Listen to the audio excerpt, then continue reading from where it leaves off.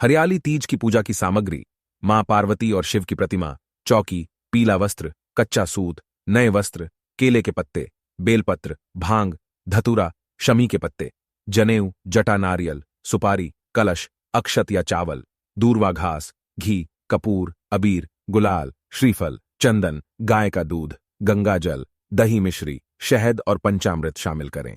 हरियाली तीज पूजन विधि: हरियाली तीज के दिन सुबह उठकर स्नान करें। नए कपड़े पहनकर पूजा करने का संकल्प ले।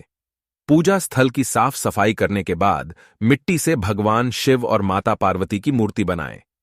अब उन्हें लाल कपड़े के आसन पर बिठाएं। पूजा की थाली में सुहाग की सभी चीजों रखें। भगवान शिव और माता पार्वती अर्पित करें। अंत में तीज कथा और आरती करें। इस पर्व में महिलाएं दिन भर निर्जला व्रत रखती हैं और अगले दिन व्रत तोड़ती हैं। हरियाली तीज व्रत कथा। पौराणिक कथा के अनुसार माता सती ने हिमालय राज के घर माता पार्वती के रूप में पुनर्जन्म लिया। माता पार्वती ने बचपन से ही भगवान शिव को पति रूप में पाने की कामना कर ली थी।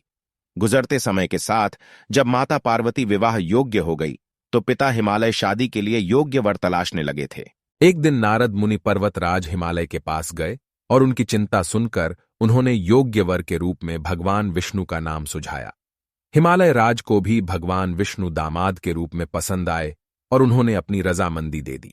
पिता हिमालय के रजामंदी को जानकर माता पार्वती चिंतित हो गईं, क्योंकि उन्होंने भगवान शंकर को पति रूप में पाने की कामना पहले से ही कर रखी थी। इसलिए भगवान शिव को पाने के लिए वो एकांत जंगल में जाकर तपस्या करने का संकल्प लिया।